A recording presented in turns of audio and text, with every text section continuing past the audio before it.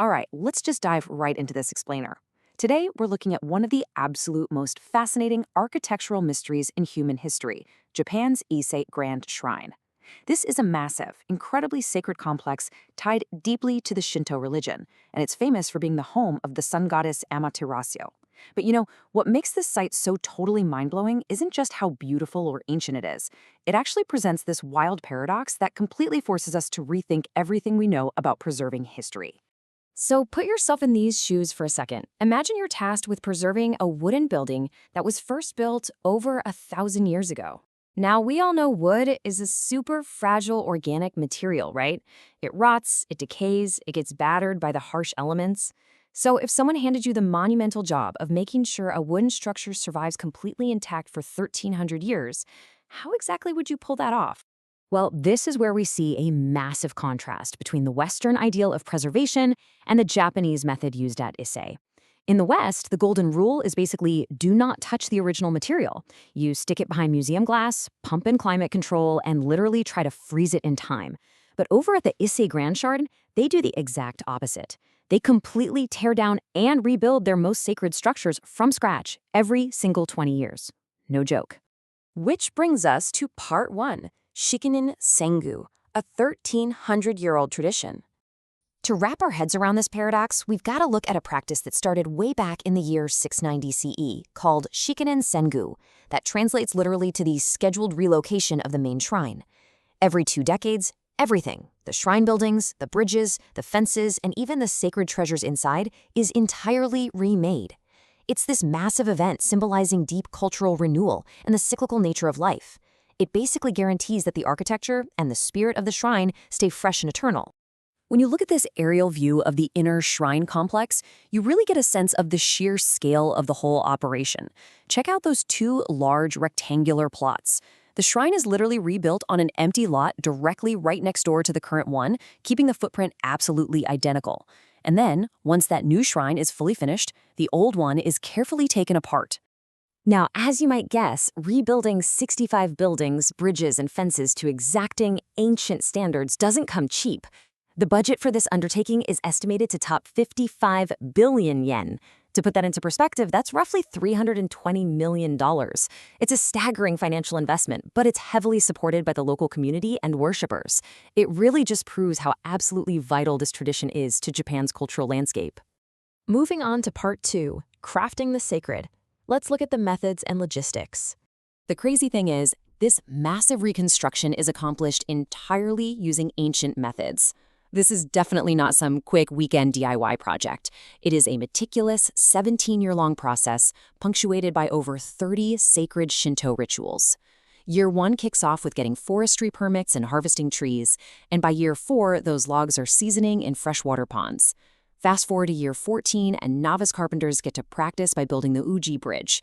Finally, in year 17, they hold the Sengyo ceremony, which actually transfers the deity into its brand new home. To pull all of this off, the builders use a really striking palette of materials. They beautifully juxtapose super humble, locally sourced agricultural elements with highly sophisticated, precious metals that were imported centuries ago. You've got natural, unfinished cypress wood and river-washed pebbles sitting right alongside these elaborate, high-tech gold and copper fittings. It's almost like an architectural timeline of Japan's early cultural migrations. And you can literally see that contrast side by side right here. On one side, you have a worker bundling simple miscanthus reeds entirely by hand for the thick thatched roof, which is an ancient technique going back to early rice storage huts. But then, right next to it, is a gleaming, incredibly complex Buddhist-inspired gold-copper finial.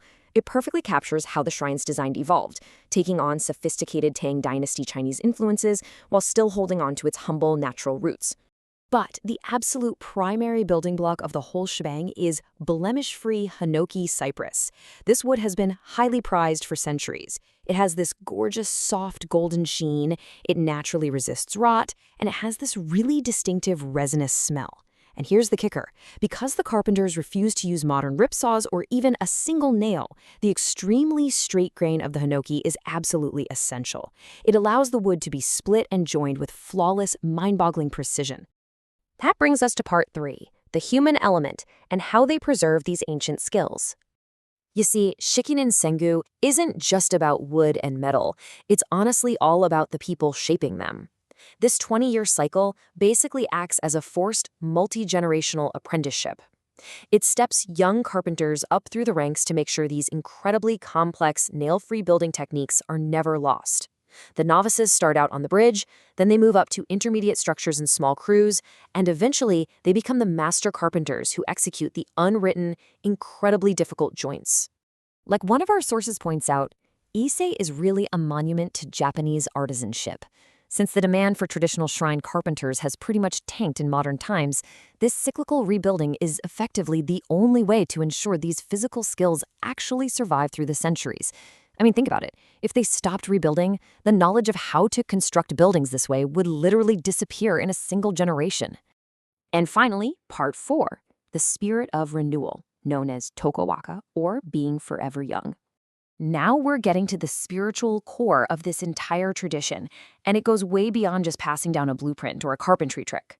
When the workers carefully transfer the sacred symbol of the deity from the old shrine to the new during that climactic nighttime Sengjo ceremony, they aren't just preserving a building, right? They are breathing eternal youth into their culture. They're practicing tokowaka, keeping the spirit forever young.